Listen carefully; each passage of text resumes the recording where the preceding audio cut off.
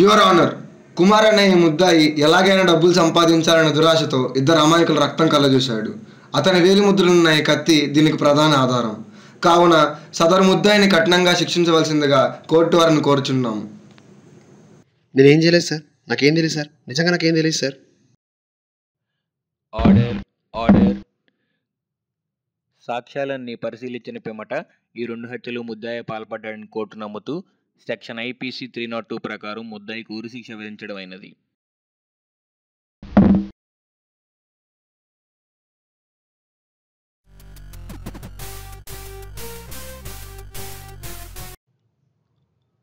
Hello hello, ఇతన్ని చంపాలి. ఇంతకీ నువ్వెవరు? నీకు అదంతా అనవసరం. చేస్తావా చేయవా? సరే, ఫోటోలు ఫోన్కి, డబ్బులు అకౌంట్కి పంపు. వాళ్ళిద్దరిని పైకి నేను పంపుతా.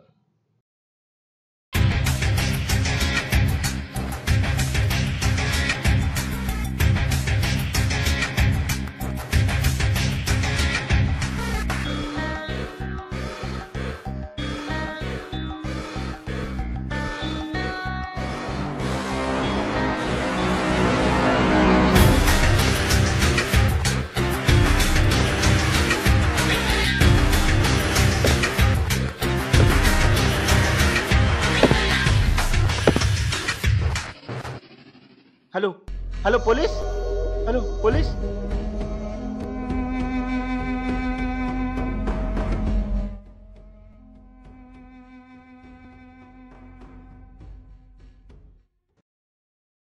డిగ్రీలు సంపాదించడం తేలికే, కానీ ఉద్యోగం సంపాదించడమే కష్టం.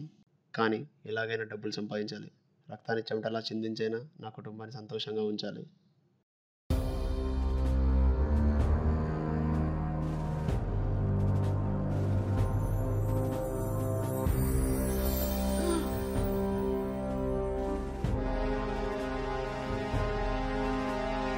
Help help help.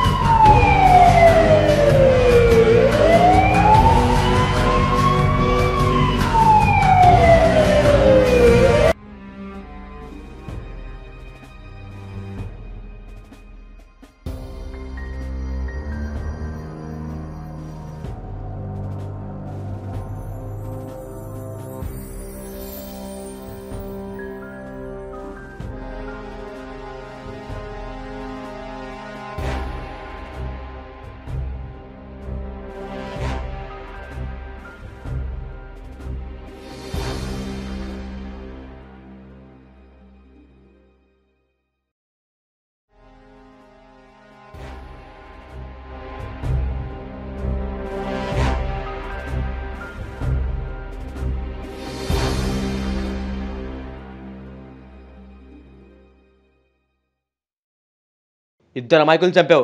ఎందుకు? డబ్బు కోసమా? పగ? ప్రతీకారమా? చెప్పు. సార్, నాకు తెలియదు సార్, నిజంగానే నేను చేయలేదు సార్. తెలీదా? మరి అక్కడ ఎందుకున్నావురా? సార్, ఏమైందంటే నేను వాళ్ళ ఇంటి ముందు నుంచి వెళ్తున్నా సార్. అయితే ఇంట్లోంచి సౌండ్స్ వచ్చాయి, లోపలికి వెళ్ళావు, అందులో చచ్చిపోయి ఉన్నారు. అంతేనా? అదే సార్ జరిగింది. దొరికిన తర్వాత ప్రతి ఒక్కటి చెప్పే పెట్టిగా తెలివేరా. నీతో ఎలా చెప్పించాలో నాకు తెలుసు. రేయ్, సాక్ష్యాలు నీకు ఆపోజిట్గానే ఉన్నాయి. ఏదంటే కోర్టులో చూసుకో. సాక్ష్యాలన్నీ పరిశీలించిన పిమ్మట ఈ 2 హత్యలు ముద్దాయి పాల్పడ్డాడని కోర్టు నమ్ముతూ సెక్షన్ ఐపీసీ 302 ప్రకారం ముద్దాయికి ఉరిశిక్ష విధించడం అయినది.